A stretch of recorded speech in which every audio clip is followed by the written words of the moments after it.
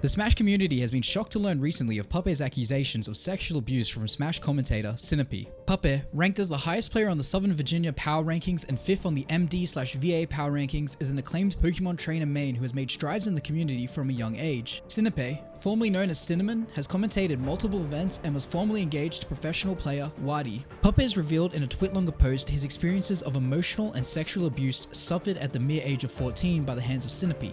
Whilst no direct evidence has been shown in relation to these accusations, there are multiple videos that display a very hands-on and touchy Cinna P that line up in the timeline of the allegations from Puppey. Puppey exclaims in his Twitlonger that due to the fact that he was only 14, he couldn't travel directly to events, and so he would have to carpool with friends. He met Cinna P during the carpool travels, and the two of them started a friendship and began to develop feelings towards one another. Before the summer of 2016, Puppey states that Cinna P began to initiate sexual conversations with Puppey through Snapchat and Facebook, but manipulated him to delete the messages afterwards. He then goes on to explain the first sexual encounter that occurred. The first sexual thing that happened between the two of us happened one night after we got back from one of the tournaments we travelled up to. After the tourney, we went to the place we were staying at, and once we got there, everyone started playing Smash and then Mario Party after. People started drinking once we got back, which happened regularly once we would reach wherever we would be staying for the night, but I would never drink myself. Something crazy ended up happening in the game we were playing, and since I was a hyper kid, I ran into the hallways towards the bathroom away from the main room we were all playing in as like a joke pop-off. Cinnamon, who was pretty drunk at the time, then ran after me and tackled me to the ground and started to make out with me while laying on top of me. That incident probably happened for about 15 to 20 seconds, and then after we just went back and kept playing. This would then lead to Puppey developing strong feelings towards Cinna P after numerous sexual encounters with her. Although Puppey doesn't go into direct detail about all the events, he would then go on to say that they would sleep together most nights after it happened and that they would kiss and cuddle during these nights. He goes even further and states that their sexual relationship only went as far as oral sex, and although the sweeter relationship only lasted in the summer, it still fucks with his head to this day, and that is the reason why he has so many mental issues. Cinna P allegedly would gaslight Puppey and make him question who he was at the mere age of 14, telling him things like, "We'll be together once you're 18, and telling him that no one can know about their relationship. After the summer was over, apparently their relationship ended, most likely due to Cinna P finding a boyfriend. To make matters worse for Puppey, he would have to face Cinna P and a boyfriend at Smash events in doubles tournaments.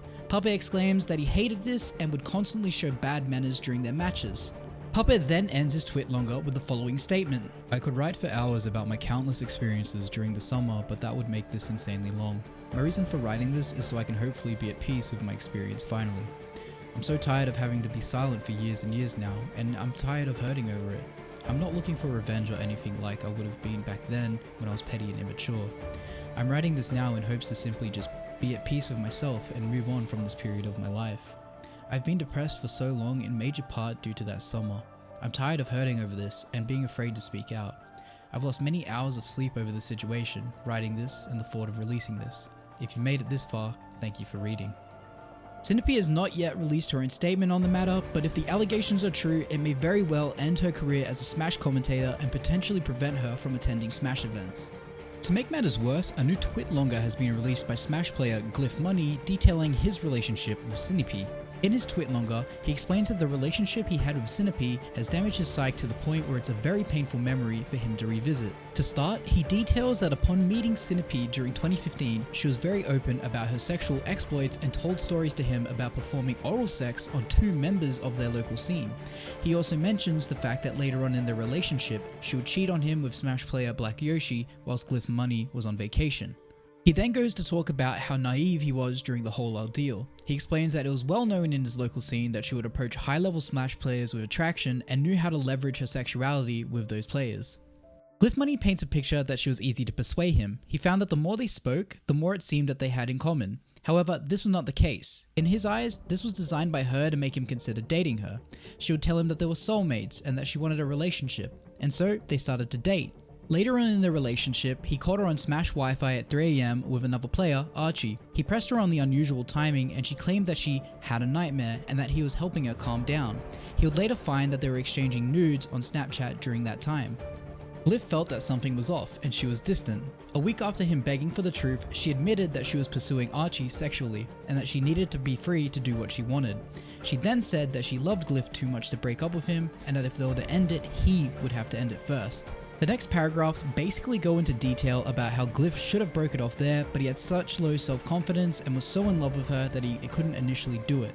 The next day, she would send him an apology explaining that it had only been for a second and that she felt horrible about breaking his trust. Supposedly, she had sex with Archie without his knowledge that Glyph and herself were dating. Glyph Money still forgave her though, and eventually she would go on to cheat again with Smash player Black Yoshi whilst Glyph was on vacation. The worst part is towards the end of their relationship. Glyph explains in his post, "The worst part was late into our relationship. I was feeling miserable in the relationship and she wanted to have sex. I refused, but she became more and more persistent. Sex to her is control, it's power. If she could make you have sex with her, she could make you do more too. I did not want anything to do with it, but she wouldn't take no for an answer. Even when I relented, she pushed far beyond my comfort zone and refused to stop until she decided we were done. I hate how powerless I felt that night, because how do you tell someone, the girl who's known for being desired in the scene, sexually assaulted you?"